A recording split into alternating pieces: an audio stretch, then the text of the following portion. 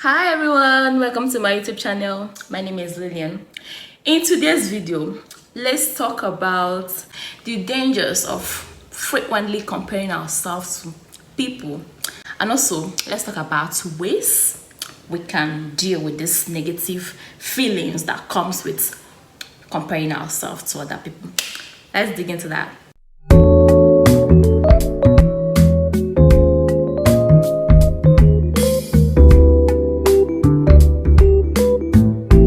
See, into this world, especially into this fast culture, comparison has gotten deep into our system. This concept of self-comparison is deeply rooted in us. We tend to compare ourselves to people. We compare literally like everything around us. And one thing about this self-comparison is this thing is sometimes we do without knowing. It's like a subconscious part in us. We do something that we do all the time. We compare everything around us. Things like who is more powerful, who is more successful, who has the best fashion sense, things like that. And the worst thing about this thing is like we compare ourselves to people without even knowing that we are doing so. So I will call it a subconscious act. This self-comparison can be positive and at the same time it can be negative. Well, today we'll be talking about the dangers of comparing ourselves negatively to people. A lot of us, we tend to compare ourselves to people. In this age and era of social media, comparison is like everywhere. It is online, it is offline. You see comparison like with your own eyes, and at the same time, you don't even know that you are doing it. So, what do we do to control ourselves or to build ourselves against those triggers, these negative triggers that comparison brings along? When you see yourself comparing yourself frequently to people, it always comes with negative feelings, depression, isolation, anxiety, stress. And when all these feelings are left untreated, it can, trigger or produce something like that is so chronic. You see, comparison can be positive or negative. That is to say that it can either motivate you or destroy you. I'm talking about the destructive side of social comparison, why we shouldn't engage in this frequent comparison. In this era of social media, comparison is inevitable.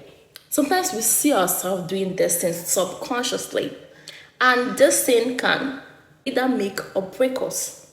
The positive side of self-comparison is paramount. When you see like people doing things that you thought that you couldn't do, you get motivated easily. For an instance, let's assume that maybe in a gym, you see other people doing like 15 to maybe 18 like reps per session, and the normal you used to do like 4 to 5 per time. You will get inspired. You start doing things like you set this standard for yourself. This is exactly what comparison does for you, and that's exactly what I would like people to adopt. When we adopt this positive way of comparing ourselves to people, like at the end of the day, it's going to do more good to us than harm. Okay. However, this negative side of self-comparison has ruined many people. It has destroyed people mentally, and this is something that we need to stop. Let's put a stop to it. These people that you're comparing yourself to, these people really, really worked hard. Some people toiled day and night. Improve yourself. When we improve on ourselves, you will find out that the tendency will reduce. That's frequent comparison, like it will drastically like reduce. Negatively comparing yourself to other people can trigger feelings like self-doubt. That self-doubt is something that like it can destroy you. That it will be leading us to ways we can cope with this social comparison. First is to limit social media exposure. Let's take social media breaks sometimes. Sometimes it's necessary, like it's good for your overall well-being. Taking breaks from social media, allocating like a specific time for your social media use. Use other time to be creative, work on your self-improvement, work on your own personal desires. There are things that you are passionate about. There are things that you really, really want to do. Why don't you focus on that? Do you know that if you don't focus on yourself, nobody's going to focus it for you? Every other person are busy chasing their own dreams, and you are here comparing yourself to people. This is something that this act should be like eliminated. Stop comparing yourself negatively to people. This act is very, very destructive. It is not even good for your mental well-being. So let's adopt this discipline. Let's discipline ourselves. When you improve yourself, that is when you are mentally capable of comparing yourself positively to other people. Please unfollow those pages that triggers that feelings of self-doubt, loneliness, feeling inadequately. So there are things that you have, you as a person, you have really, really accomplished, but you don't see it because you are blinded with what is happening on social media. So let's limit that. Second tip on how to cope with this self-comparison is to foster close, relationship with people that inspires and motivates you. This circle of friends that inspires us, that motivates us, that want to see us do well. Why don't you work on this relationship? When you surround yourself with these people that inspires you, these people that support you, how many people do you want to compare yourselves to? Recognize that you are unique. Recognize that recognize your strength. You have strength. Recognize your strengths. Recognize the little thing, the relatively, small thing that you have. Recognize them. Third tip on how to cope with this social comparison is to practice mindfulness and gratitude. Be grateful for the relatively small things that you have. Be grateful for your things that you have accomplished over the years. Be grateful for life. Be grateful for the fact that you are alive. Once there is life, there is hope. The only thing you have to do is to work on yourself, improve yourself. Let it not be like a day that will come or pass that you wouldn't use it to achieve something. There are things that you really, really want to do, like your personal desires. Focus on your personal desires. Recognize why these goals are so important to you. Break it down. Sometimes these personal desires might be big. This thing that you really, really want to do, your personal goals. Just break them and start from anywhere. The most important thing is starting. Try to be appreciative of those things.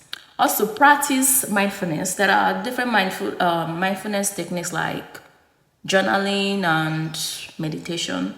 Meditation is a great way to put yourself together. It helps you reflect. So when we adopt this thing, it can help us. And sometimes we don't even know what meditation does for us. Let's try to meditate. Dedicate like 30 minutes meditating, reflecting. It helps. Then the fourth tip on how to cope with negative comparison. The fourth tip is to practice self-awareness. Recognize when you are beginning to engage yourself in things that are so unhealthy for you. Recognize when unhealthy thoughts start creeping in, especially when you are scrolling the walls of social media. Recognize when you are doing that.